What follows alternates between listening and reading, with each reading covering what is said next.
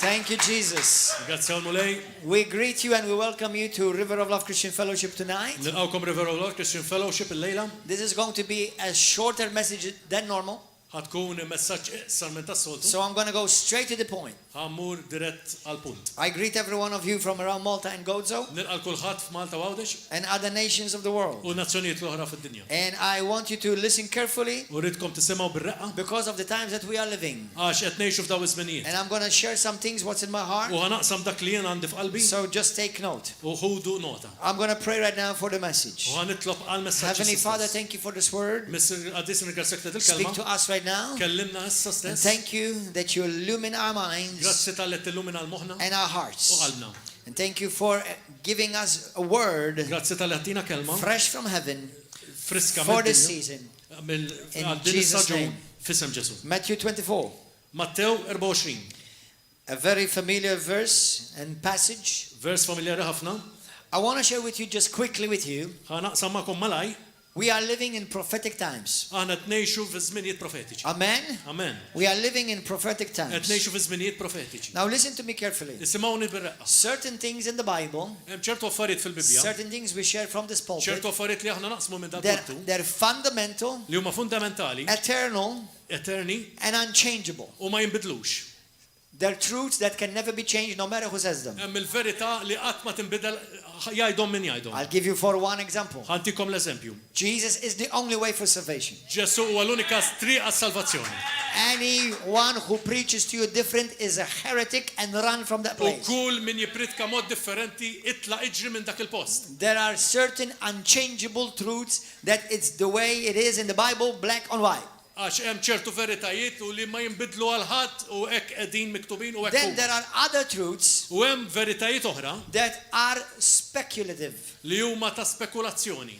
And when we're living and we're dealing with prophetic titles and subjects, U meta aħna tniddiljaw ma' ċertu suġġetti profetiċi, just like Paul says in the 1 Corinthians chapter 13, bħalma jgħid Pawlu fl-ewwel ta' Korinti kapitlu 13, God does not give us clear pictures, sometimes are only half the picture or part of the picture. ma jtinix l-istampa kollha tal-profezija imma biċċa minnha. So we only know in part, okay? Allura nkunu nafu biċċa And mill-istorja. certain things are speculative. U ċertu affarijiet aħna nistgħu nispekulaw fuq. Now, beyond a shadow of a doubt, we are living in times of the end. Bingħajr dubju qed ngħixu fl-aħħar ta' żminijiet. How far to the end, I don't know. Kemm qegħdin fl-aħħar tal-aħħar ma nafx. To some of you, today could be your end. Xi ftit minnkom tista' tkun l-aħħar illum So stess. make sure you, before you leave this building or you're watching this program or this, make sure you got it right with Jesus. Kunu ċerti li intom qegħdin fit-tajjeb ma' Ġesu.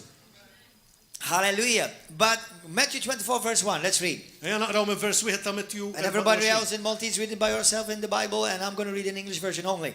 Matthew 24 verse 1 right now.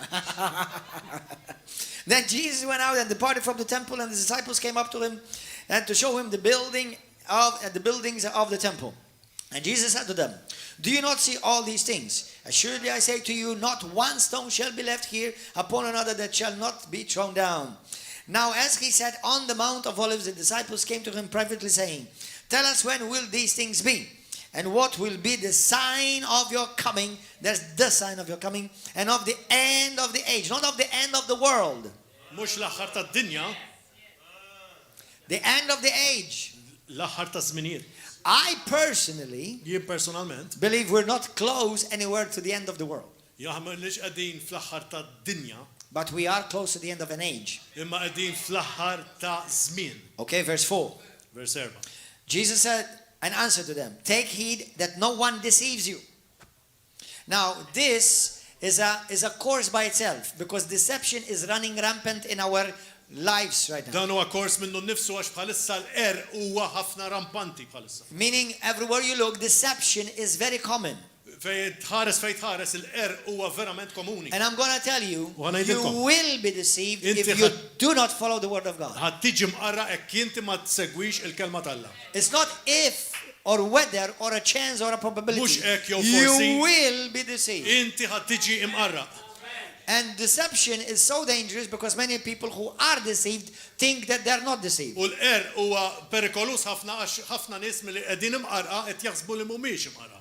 What I preached last weekend Dak li jiena pritkajt il-weekend li għadda about hell, fuq l-infern, many people will brush it aside. ħafna minn nies mhux se jagħtu każa u jitfgħu Because fil-ġemp. the first thing they will do, Għax l-ewwel ħaġa li jagħmlu, this message is not for me. dan messaġġ mhux għalija. I'm a good person. Għax jiena persuna tajba. Many people who are good are on their way to hell. Ħafna nies li huma twajba qegħdin sejrin lejn l-infern. Unless you're truly born again and have a relationship with Jesus Christ, Dament li inti mwieled miġdid u għandek relazzjoni ma' Ġesu Kristu, you're only good for hell. inti tajjeb biss That's għall-infern. it. Now, go and watch my messages on the weekend. Araw il-messaġġi tiegħi li tfajt fil-weekend. And whatever anyone preaches, including myself, weigh it with the Bible. U That's dak it. li kulħadd li jipritka inti trid tiżżina mal-Bibja. Amen. So, verse 5. For many Verse will come 5. in my name, saying, I am the Christ, and will deceive many. And you will hear of, now listen to this. It's a You mountain. will hear of wars and rumors of wars. Translate that, please, brother. Verse 6. Vers 6. Għad tisimgħu min jitkellem fuq gwerer u xnijat ta' gwerer. Are we living in those times? Qed ngħixu f'dak iż-żminijiet. Wars and rumors of wars. Gwerer u xnijat ta' gwerer. But listen, this is a word of encouragement. Isimgħu din għax hija huwa messaġġ ta' But kuraġġ. see that you're not troubled. Kunu ċerti li intom mintomx imġarfa. See that you're not troubled. Li ma titħawdux. Now, Jesus was talking to people of God here, to Għax hawnhekk kienet Christians. jitkellem ma' Kristjani, ma' disċipli. So if you're troubled, Allora kinti qed titħawad you're not the church. m'intix il-Knisja. You're the world. Jekk qed tittaqal m'intix il-Knisja imma d-dinja. Just because wars happen, Għax jiġu il-gwerer it doesn't mean it's the end yet. ma tfessirx li wasal l-aħħar. Because Jesus said, don't be concerned. Għax Ġesu qed jgħidilna toqgħodux Don't be titħawdu. troubled. Toqgħodx tittaqal. These things have to happen. Għax daw l-affarijiet iridu jseħħu. For these things must come to pass. Għax daw l-affarijiet iridu jseħħu. And this does not mean it's the end. Għaw da jfisser li mhuwiex l-aħħar. We've just delivered millions of people right now, brother. Praise God. Hallelujah. Because many Listen people after think this. that just because there are wars, or there will be wars, or what's happening right now in Russia and Ukraine, and it could escalate even more. But let's hope and let's pray, and we believe in God it won't. Għax ħafna minn nies għax jaħsbu li forsi qed jisimgħu b'dawn il-gwerer u jista' jkun li qed teskal iżjed għalkemm nitolbu l-kontrija, Amen?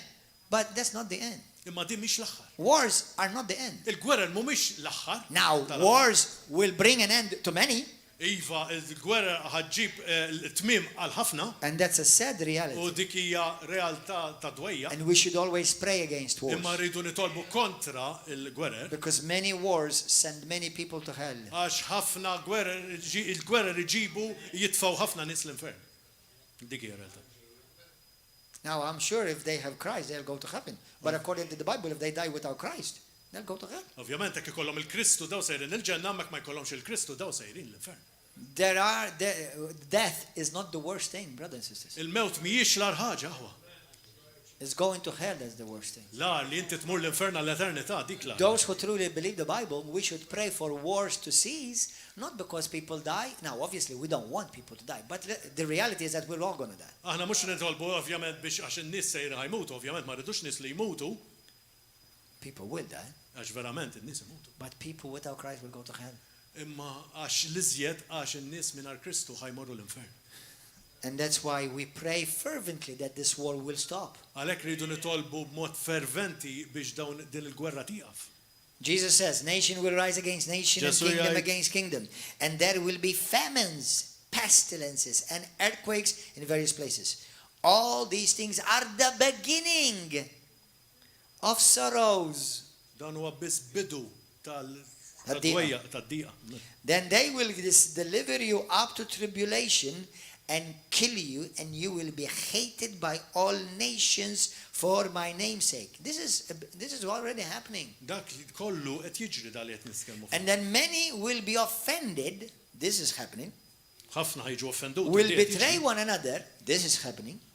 Nibtradixxu l-wieħed il-ieħor. And many false prophets will rise up and deceive many. Ħajkun hemm ħafna profeti folots u li ħajqarqu b'ħafna. So be careful, because What offense will drive you to become a false prophet. Għax l-offiża iġġalek issir profeta And fals. false prophets are not going around saying, I'm a prophet. U profeta folos mhux qed jgħidu mhux se jmorru lemmu law jgħidu li huma profeti folos. Now, and because of lawlessness, the love of many will grow cold. This is definitely happening. But he who endures to the end shall be saved. Dawk li jibqgħu sal-aħħar huma dawk ħajsalvaw. Now, this is a major sign of the end. U din hija xi Verse ħaġa- 14. Vers And 14. this gospel of the kingdom will be preached. U b'dan l-Evanġelu tas-saltna jixxandar. We have several preachings on the gospel of the kingdom on YouTube. Għandna ħafna prit kif fuq is-saltna tal-la. Jesus did not say, and the gospel of the Catholic Church will be preached. U ma qas Ġesu li l-Evanġelu tal-Knisja Kattolika ħajġi And the gospel of the Pentecostals will be Jew kellha preached. l-Evanġelu tal-Pentekostali. And the gospel of the Baptist will be Jew preached. kellha l-Evanġelu tal-Battisti. It's the gospel of the kingdom. Huwa And many have not heard the l-Evanġelu gospel of the kingdom yet. Tas-saltna u ħafna dom ma semgħux il-Evanġelu tas-saltna. And then the end of the age will come. U mbagħad jiġi it-tmiem. The end of the age, not the end of the world. It-tmiem taż-żmien ta' dan iż-żmien partikolari. Amen. Amen. Now, jump to verse 21. Vers 21. For then there will be great tribulations, Għax imbagħad ikun hemm id-dieqa kbira such has not been seen since the beginning of the li world, mill-bidu tad-dinja sa issa għadu qatt ma until this kien time, no, nor ever shall be. u qatt ma jkun hawn bħal. But unless those days were shortened, no flesh will be saved. But for the elect's sake, those days will be shortened. U kieku dawn id-diem ma jinqasrux l-ebda bniedem ma jkun ma So, jista' brothers and sisters, we are living in the times of the beginning of the end of age. Bdejna ngħixu fi żmien tal-aħħar Now, l-ewwel żmien certain tal-aħħar żmien. things are speculative. ċertu affarijiet huma spekulattivi. When you read the book of Apocalypse, Revelations chapter 6, it talks about the horses of Apocalypse. Nisimgħu fuq l-Apokalissi kapitlu 6 nitkellmu fuq And iż-żwiemel it tal-Apokalissi. could be that U we jista' are jkun. around the 4th or 5th or possibly the 6th one. Jista' jkunu qegħdin Could be. fil-raba' 5 u 6 żiemel. Could be. Jista' jkun. But number one, you and I, for those of you who are listening all over the world and in Malta, Dak li int kollha li qed tisimgħu bħalissa, what must you do in the last days? x'int trid tagħmel fl-aħħar ta' żmien? Major sign is deception. L-ikbar sinjal huwa l-erq. Go to 2 Timothy 4. Immorru t-tieni ta' Timotju kapitlu 4. I want to tell you, brothers and sisters, Rrid ngħidilkom when the Bible says prophet, Meta l-Bibja tajt profeta, it's not meaning necessarily someone who goes around saying, I'm a prophet. mhux by force ikun dal-persuna li jgħid li huwa profeta, That would be too obvious to mark. dak ikun ovvja li tista' tarfu A mal-ewwel. prophet is a preacher or a proclaimer. Il-profeta huwa dak li huwa jippritka jew kellha li jgħid li But xanda. there are many prophets around us constantly. Imma għandna ħafna profeti madwarna ħin. Many of you spend most of your day talking to it. Ħafna mid-drabi intom stess li tkunu qed tgħiduha. Facebook Facebook. is a false prophet. Facebook huwa l-profeta fals. Write the truth and see if it will not cancel it out for you. Ikteb il-verità wara tiġix ikkanċellata lik.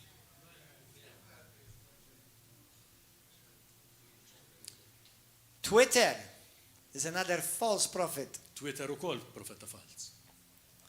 Instagram, Instagram ukoll. another false prophet. Is there truth in it? Some. Hemm verità ftit. But why do you think they ban a lot of what the other side is saying? Għalfejn taħsbu li huma jikkanċellaw dawk li tal-naħa l-oħra qed jgħidu. Why do you think programs are banned so that the elite, control the narrative? That means they will control what you will hear. Għalfejn ċertu programmi qed jiġu mwaqfa biex dawk li huma ta' fuq l-oli l-elit iwaqfu biex jikkontrollaw kollox taħt idejhom. Biex jikkontrollaw dak li xinti għandek tisma'. Dak li inti għandek tisma' eżatt. Amen. So brothers, number one, don't base your trust, faith or knowledge on Facebook. Titfax l-fidi tiegħek u dak li inti qed tassorbi ġo fik fuq Facebook. Number one, you need to know the Bible really well. Għandek bżonn tkun taf il-Bibja verament tajjeb. Look what 2 Timothy 4 says. Tieni ta' Timotju kapitlu 4 jgħid. Verse 1. I charge you therefore before the God and Lord Jesus Christ, who will judge the living and the dead at his appearing in his kingdom. Preach the word. X'għandru l-kelma?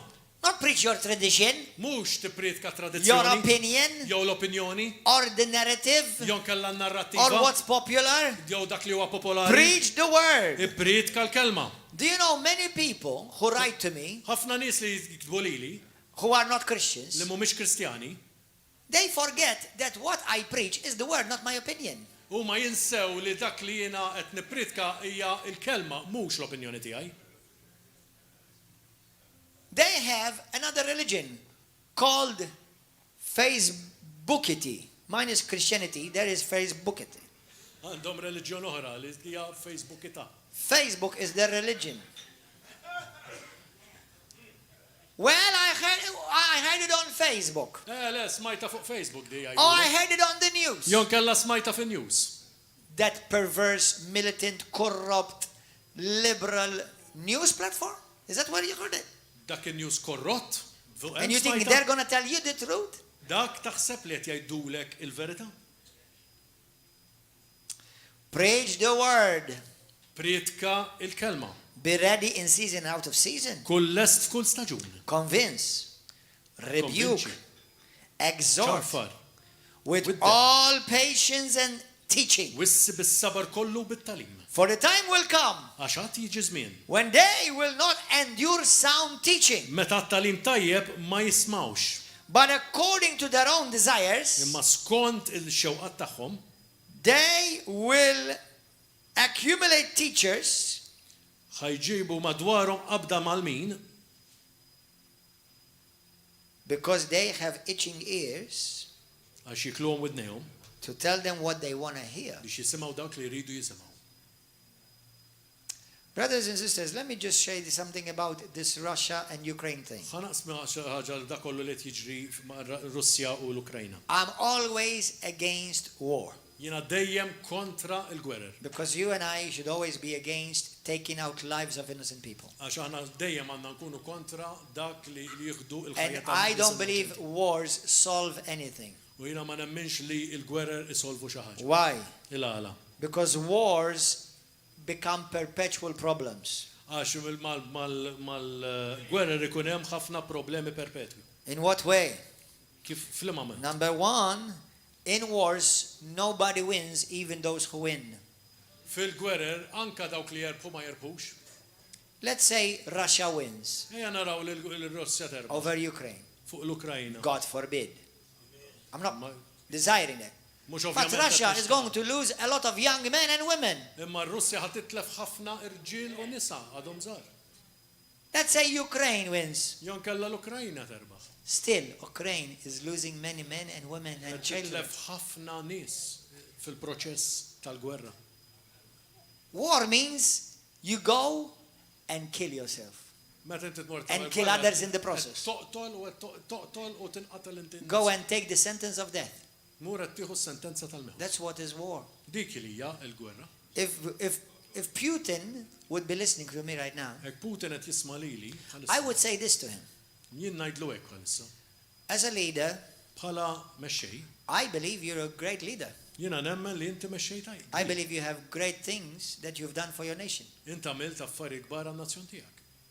And I believe that you have good motives U għandek mottivi tajbin tiegħek. because I also believe that you're also a man of faith. Jiena nemmen li inti bniedem ta' fidu wkoll. There are certain things that many people agree with you Hemm ħafna affarijiet li ħafna nies jaqblu miegħek. because Għax I know what you've stood against, jiena naf inti f'xemm mort fuq affarijiet li mort kontrihom. and you stood against things which many Christians stand against. U inti mort ukoll waqaf tal-ċertu affarijiet li anke l-Kristjani But I jifhmhom. would say to you, dear Mr. Putin, Jiena ngħidlek xorta, Mr. Putin.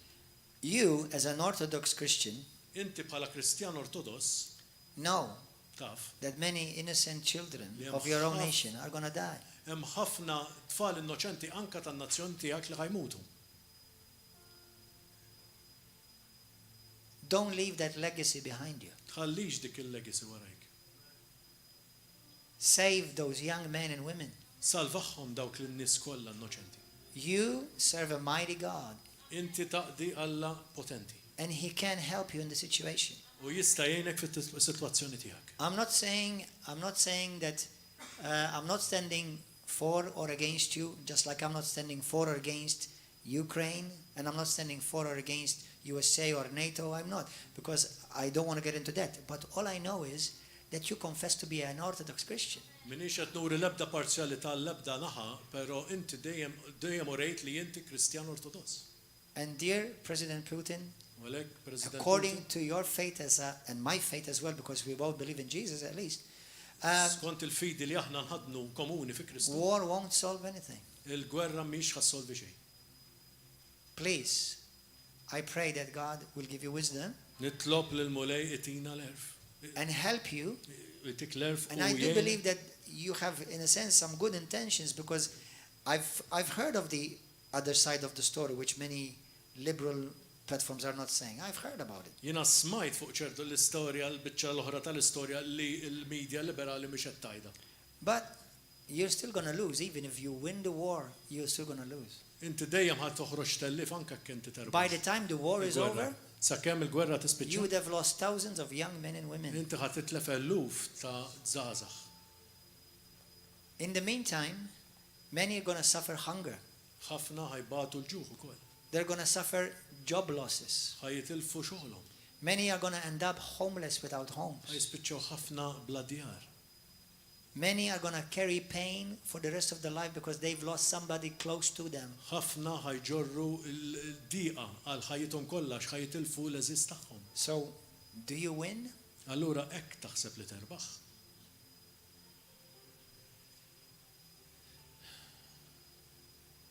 I speak to the president of Ukraine. Nitkellem u nindirizza What's his name? l-President tal-Ukrajina. Zelensky. Zelensky, I, myself and many other men and women of God, admire you that you went down to fight with your troops and you did not desert your troops. You went down and fight for your nation. Ammerajna li inti mortu wkoll mort iġġieled mat-truppi tiegħek. And I don't know what all happened, Ma nafx eżatt l-istampa kollha x'ġara. but you come from a Jewish background. Imma naf li inti ġej minn background ludi. You are of Jewish faith. Inti għandek fidi ludija. We serve Yahweh, Aħna naqdu lil Jahwe. and Yahweh loves his people. U Jahwe iħobb lil There are nies. many Jews and Christians in Ukraine. Hemm ħafna Kristjani u lud ġol And Ukrajin. both you, President of Ukraine and Russia, Kemm inti u kemm il-President tar-Russja. why don't you pray Għax ma titolbux. and ask God to help you? U għajdu l-mulej biex jenkom. There is, I do believe the Lord wants to say this to you. Jiena nemmen li da l-mulej irrid jgħidilkom dal-messaġġ. God has a plan, Alla għandu pjan. and He can give you an alternative plan U jista' jtik pjan alternattiv. how to come together around the Kif table tistgħu tiġu quddiem mejda and solve things. u solvu il-problemi. But myself, as a minister of the gospel, U jiena bħala Ministru I would tal-Evanġelu encourage you to call upon His name ninkoraġġikom biex tajtu lill-isma and bring Him in your meetings. u ġibu tinkloduh fil-meetings And I tagħna. encourage Ukrainians U għalhekk ninkoraġġi and l-Ukrajni Russians. u r-Russi to pray and fast jitolbu u sumu for your leaders. għal-mexxejja tagħkom. And all of you in Malta, pray for these leaders. Kollha l-qegħdin f'Malta jitolbu għal I dawn. don't believe any of us know all the reasons why and if and what. I Jiena don't. nemmen li ħadd minna m'għandu All I l-istampa am kollha. saying is this: every person Li that is ngħid huwa dying li dak kull persuna li timut is made in the image of God, huwa magħmul fl-immaġni and ta' every person is a Allah. precious soul to God. u kull persuna hija ruħ prezzjuża għal mulej. We can avoid from the war from escalating. Aħna nistgħu nevitaw li l-gwerra tibqa' tikber. What I believe we are seeing in this generation, Jiena nemmen li qed naraw f'din il-ġenerazzjoni that we indeed could be the generation that we will see the book of Revelations come to life when it talks about the beast, Aħna nistgħu nkunu dik il-ġenerazzjoni li fejn jitkellem l-Apokalissi fejn ħanaraw il-bestja, il-bima, il-bejma, the forming of nations coming together, il-nazzjonijiet jiffurmaw u jiġu flimkien. where I believe we could very much be the generation that we will see the rise of the false prophet. Aħna naraw dik il-ġenerazzjoni li naraw il-profeta l-fals li jqum. And I believe we could very well be the generation that will see the mark of the beast. U aħna nistgħu nkunu dik il-ġenerazzjoni li naraw il-marka tal-bima. And all these three are in place. Qegħdin hemmhekk diġà f'posthom. And the devil would love to get it going. U x-xitan irrid jagħmilha.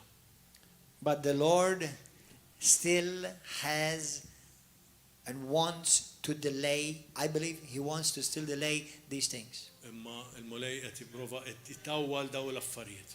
But I believe the devil wants to make them come to pass quickly. Imma x-xitan iridhom li jiġru malaj. Because that will mean more souls will be lost. Għax dik tfisser li ħafna rwieħ ħajintilfu. You Christians Kristjani, avoid taking sides. evitaw tieħdu pożizzjonijiet. Because most of us, Parzjalità. I believe all of us, Għax kollha are kemm not aħna. being shown both sides equally truthfully. Għax mhux qed naraw l-istampa kollha But quddiem. once again, Imma għal darb'oħra. my heart breaks for every Russian that will die and for every Qalbi Ukrainian that will die. qasam għal kull Russu u għal kull Ukren li qed imut. And I want to challenge the church internationally. U qed nisfida l-Knisja And I internazzjonali. want to challenge the church in Malta. U qed nagħtikom din is-sfida qudiemkom And anke I want to l-Knisja challenge the Malta. church in Ukraine and Russia U and anke ġol America. Ukrajna, ġol Russja u ġol Amerika. God in this situation Alla f'di sitwazzjoni is giving his people qed jagħti l-opportunità, a chance ċans to rise up biex iqumu and grab hold of the times. u jaqbdu l-żminijiet On the 18th of February, fit-18 ta' frar. the Lord spoke to me Il-mulej a very strong, clear word. kellimni b'messaġġ ċar. He said to me, son, Qalli ibni contend for this hour tqabad għal din is-sena and contend for the 1st of March. u tqabad għall-ewwel ta' Marzu. Because what's about to happen Għax dak li ħajjiġri can change life as you know it. ħajbiddel il-ħajja kif aħna nafuha. Now, we're already 2nd of March today. Ovvjament illum it-tieni ta' What Marzu. happened the 1st of March? X'ġara fl-ewwel ta' Marzu? One thing we know for sure happened Ħaġa żgur li ġrat is that peace talks around the table begin. bdew il-taħdidiet tal-paċi. But they, because the word of the Lord to me was contend. Imma għax kif qal li titqabad qal li Come here, brother. The word contend, pull. That's what content means. You're struggling. That's what. Now hekk listen. tfisser titqabad. Now, this is what I believe the Holy Spirit is saying to the nations and to the church. U hekk li qed jgħid in-nazzjoni tul il-Knisja. I represent the church Jien in nirrappreżenta God's kingdom. il-Knisja u If the church prays, stop praying in tongues right now. For me. Jekk tibda titlob, Church, stop praying. itqiegħa fitlob. Do you understand what's happening? Qed tifhmu kif taħdem il-biċċa. If the church rises up to this opportunity, Jekk il-Knisja ħadd tqum għal din l-opportunità, can go towards God's favor. affarijiet jistgħu jmorru lejn il-mulej. That's why the Lord spoke to me clearly. Għalhekk il-mulej kellimni b'mod ċar. I normally hear God's Spirit speak to me in my spirit. Jien nħoss il-mulej ġeament ikellimni fl-ispirtu tiegħi. But on the 18th of February, Imma fit-18 ta' frar, I did not hear God in my spirit. jien ma smajt ma ħassejtux. I was fast asleep, Jiena kont riqet raqda tajba. and I was not watching any horror movies the night Ma before, kontx qed nara xi film tal-biża' qabel, and I was not reading u Revelations, ma kontx qed naqra l-Apokalissi, and I was not thinking about Russia. u ma kontx qed naħseb laqas fuq Because ir-Russja. on that day Għax dik il-ġurnata and on that week, there was nothing about Russia going on. kienu għadu ma bdietx il-gwerra fil-fatt. It started about 3 or 4 days later. Bdiet xi 3 ijiem wara. So I did not understand what the Lord was trying to say. Jiena ma kontx qed nifhem x'qed jgħid But what il-mulej. I do know, Memma dak li naf żgur that there's still time for prayer. li jaqgħet hemm iċ-ċans biex aħna nitolbu. Because when God says contend, Għax meta l-mulej jgħid biex aħna nitqabdu, it means it has not been decided yet. tfisser li tkun għadu ma ddeċidix That ma means kienx it can sariġ. go both U ways. tista' tmur kemm naħa u kemm oħra. It can go Hallelujah. both ways. Hallelujah. What are you going to do, people of God? Se tagħmlu Are poplu you going to tal-la. take it serious? Ħa toħduha b'serjetà, Are you going to pray? ħa titolbu, Are you going to fast? ħa tissumu, Are you going to get out of your comfort ħa zone? toħorġu mid-żona ta' And we kumdità grab hold of this hour. u naqbdu din is-sija. And we say, this is U the hour of the ngħidu, Lord. Din hija s-sija tal-mulej. This is the hour of the kingdom of Din hija God s-sija to tas-salna be made tal-la. manifest. Biex qi That timmanifesta. this is the hour of the church to show Dinja- forth herself glorious. Is-sija ta' fejn Hallelujah. il-Knisja turi Are you ready l-glorja to do tagħha. that? Amen. Hallelujah. Amen.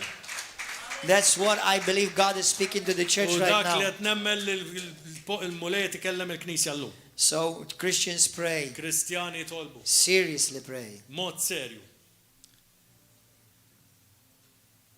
Hallelujah. Halleluja.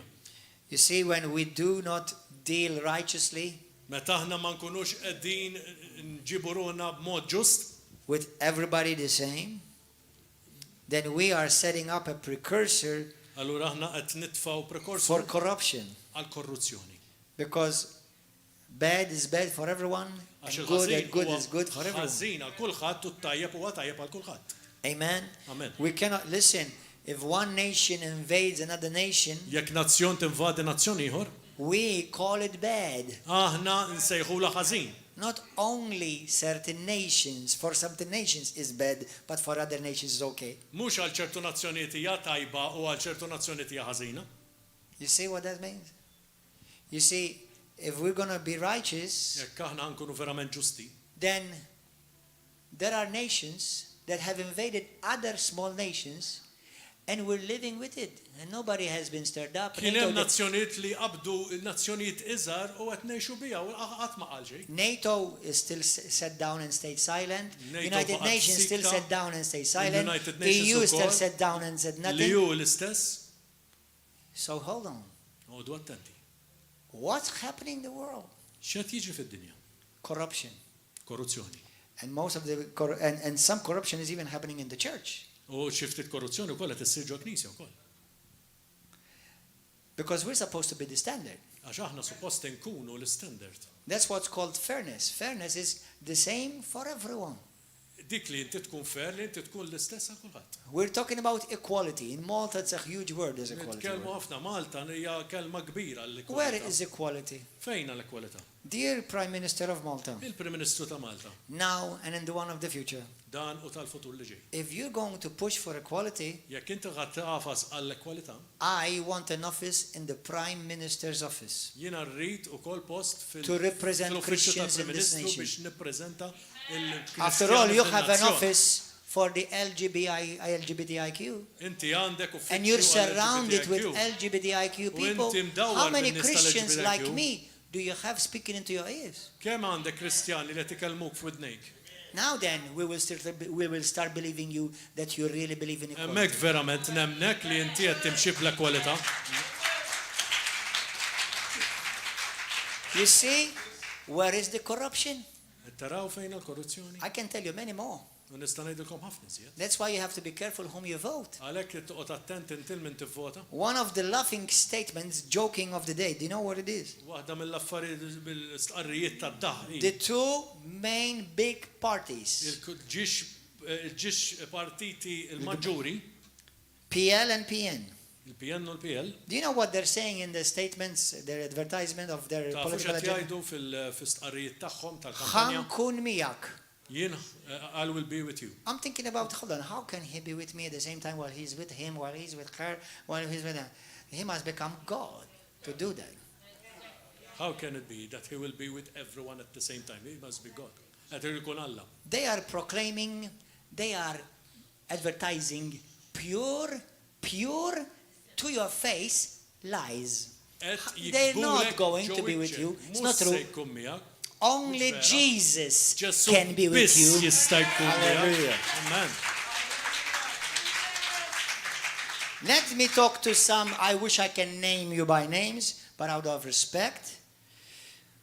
When are you going to be with us? I've emailed a bunch of you parliament people whom you're currently in government from the PL group. I've emailed some of you to meet with you and talk with you. not to fight with you or insult you, just to meet with, since you said and you propagated the other election that aħna nisimgħu lil kulħadd. We hear everybody. You ignored my emails. You ignored a bunch of other people's emails. Well, whom are you listening? No, you're only listening to the ones around you. You're not listening to everybody. That's another lie. Din hija gidba oħra. X'nisimgħu lil kulħadd? Lil min tisma'? Lil min tisma'? X'nisimgħu? Even certain other laws that you've passed, the majority of this nation did not want it. You still went and did it. Anka ħafna liġijiet oħra li ħafna pereżempju tal-kannabis, il-maġġoranza tal-poplu ma rridix. Il-min qed tisma'. Mhux veru tisimgħu, mhux veru. I'm sorry. No, I'm not sorry. I'm just sorry. I'm telling you the truth. So those who are worthy of truth, they can hear the truth. If you're not worthy of truth, then you are a candidate for lies and deception, which Jesus warned. Deception will be rampant. Dak li huwa wieħed Ġesu li l-Erbgħa ħajkun kbir fl-aħħar ta' żmien. Maltin, wawċi. Il-politikanti ħobbuhom irrispettawhom tolbu għalihom. Imma temnuhomx. Emnu l-biss il-Kristu Ġesu. Amen. Just believe in the Lord Jesus Christ. Amen. Do not believe politicians. How can I promise you I'm going to be with you? That's a lie. That's a pure lie.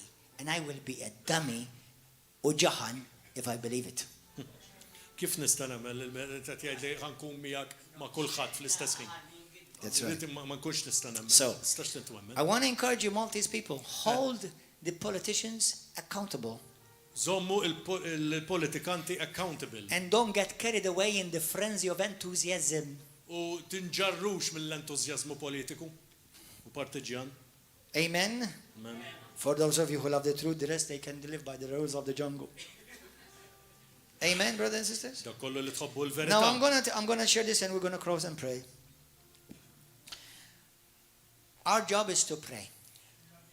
Il-xogħol tagħna huwa li nitolbu.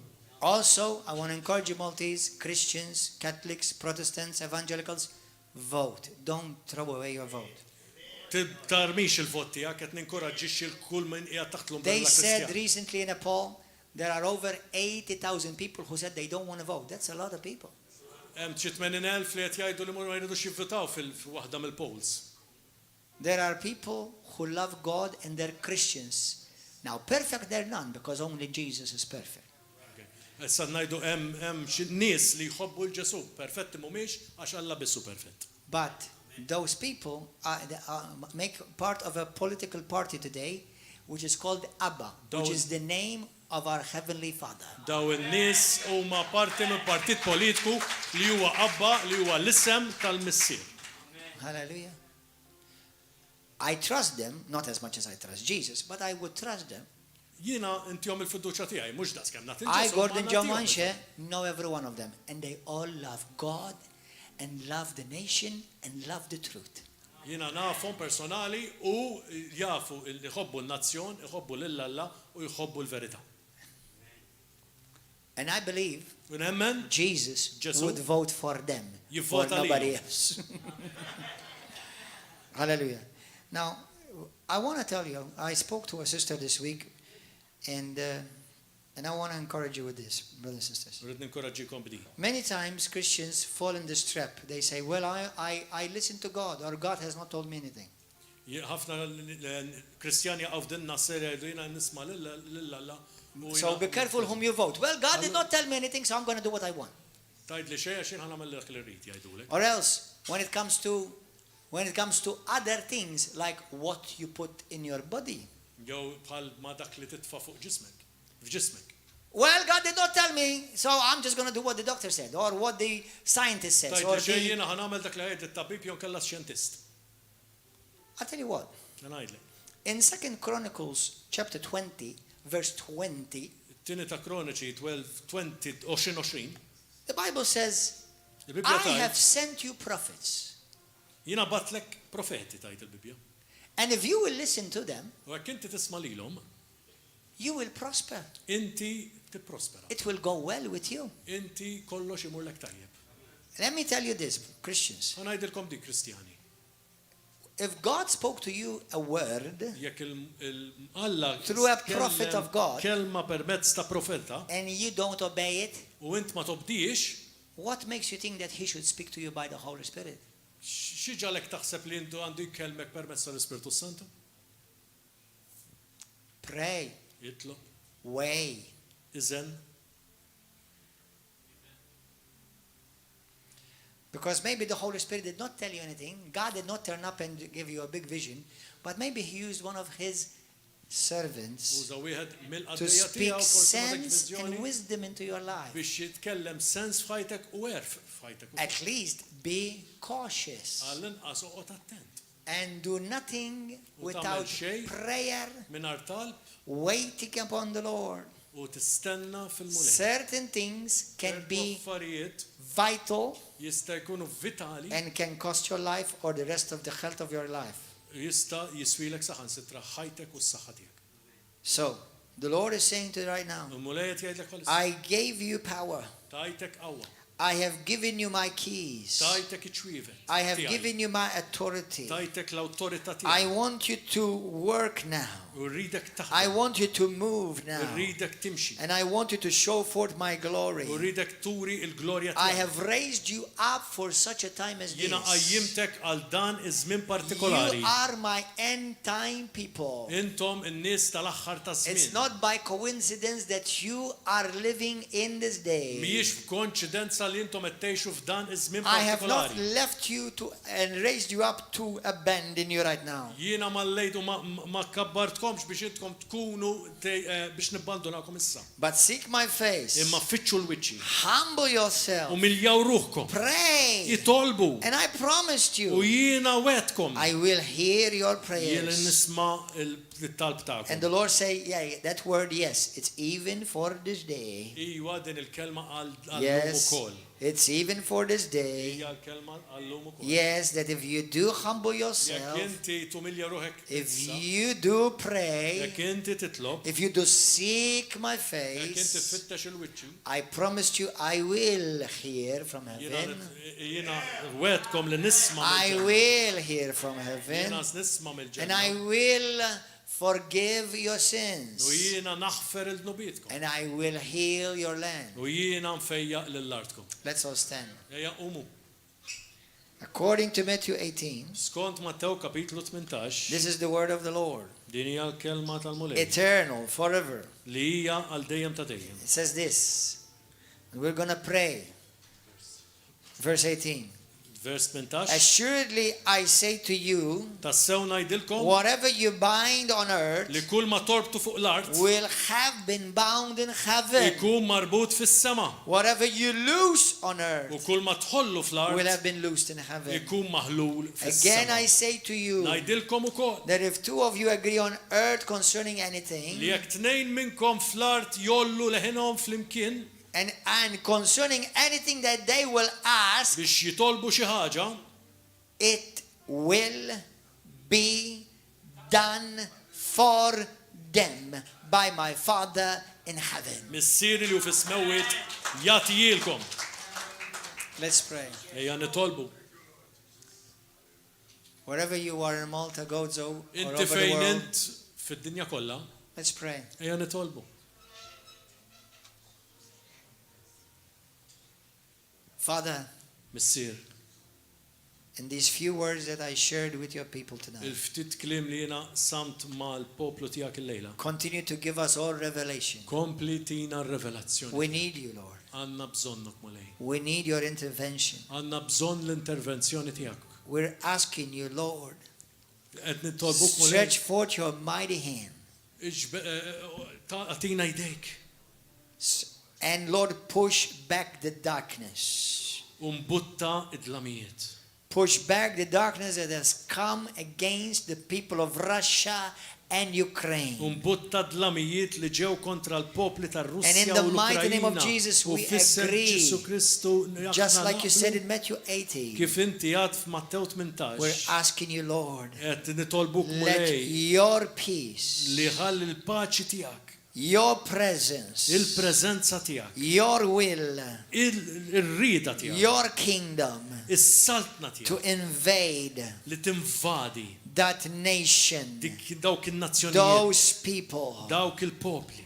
Save the innocent ones, Lord. Salva lil minu innoċenti mulej. Give wisdom to the leaders, O Lord, Għati l-erf lil-mexxejja of that mulej nations, ta' dawk in-nazzjonijiet. and grant them that they will seek you, U tihom li huma jfittxuk, that they will pray to you, li huma jitolbuk, and they will turn to you, li huma jduru lejk, so that many Russians and Ukrainians will be spared. li ħafna wkoll Ukrajini u Russi jiġu imsalvati. Father, whatever the enemy is trying to do in this U situation, dak li l-għadu qed jipprova jagħmel f'dis sitwazzjoni. today, according to Matthew 18 through 20, Skont Mattaw 18-20, we push back aħna nimbuttaw every lura scheme of the devil. kull skema tal-għadu. And we ask you, Lord, U għalhekk qed insaqsu release your warring angels iva għatfa l-anġli tiegħek li and gwerriera. invade those U nations. nvadi dawk Let in-nazzjonijiet. revival come to that nations. Ħalli il-qawmin spiritwali jiġi f'daw in-nazzjonijiet. And Lord, raise up the church in Ukraine. Għajjem il-Knisja and tiegħek ġol Russia. Ukrajina ġol Russja. Raise up your mighty giant in the land. Għajjem il-ġgant tiegħek qalbini And f'ġodin let l-art. the love between them, U ħamel li l-imħabba and the bejnietom love of Christ u l-imħabba lik be the mulej miracle working power li bil-qawwa mirakuluża to manifest the power of God timmanifesta l-qawwa tiegħek and of the Holy u Spirit tal-Ispirtu Santu over the two presidents. fuq il-ġis presidenti. Forgive them, O God, Aħfirlhom mulej where they went wrong. fejn huma marru ħażin. It's not too late, Lord. Mhuwiex tard. You told us to contend, Inti għattinna biex and we nitqablu. declare victory U aħna niddikjaraw over the enemy's schemes. rebħa fuq kull In the azzjoni name of tal-għadu. Jesus Christ, Fis-sem Ġesu Kristi. angels of war, Anġli go now, morru,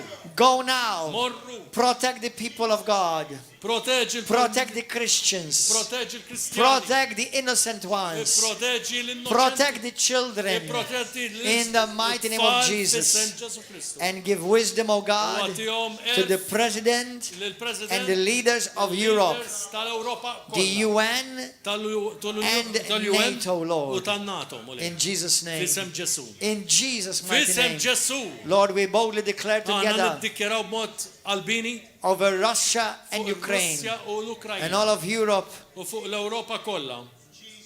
your kingdom come. Is-saltna tiegħek isseħħ Your will be u done r-rida tiegħek isseħħ in those nations dawk in-nazzjonijiet. as it is in heaven, Kif inhi to the fis-saltna. glory of God the Father. Glorja tal-Missir In Qaddis. Jesus' Fis-sem mighty name. Ġesu Kristu. Amen. Amen. Hallelujah! Hallelujah!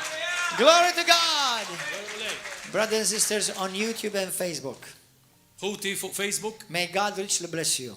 mulej birikkom, Pray for these nations. itolbu għal dan nazzjon. Pray for our nation. Itolbu għal nazzjon tagħna. It's not the end yet, Mhux tal-aħħar żmien. but these are signs of great sorrow. Imma dawn huma sinjali ta' diqa kbira. And I believe, Jiena nemmen based on the word of the living God, fuq il-kelma talla, we can contend aħna nistgħu nibqgħu for things nitqabdu to turn around biex l-affarijiet jinbidlu favorably. b'mod It's favorevoli. not too late yet. Mhuwiex tard. In Jesus' name. Fis-sem Ġesu. God bless you. Mulej See you magħkom. tomorrow. See you next Saturday at 7 p.m. here at the church. And Sunday morning, Sibt we have fis-seba' special u guest, s-sibat Reverend filgħodu. John Desmond Owens from America. Come and be blessed. We love you. Ejjew, u kunu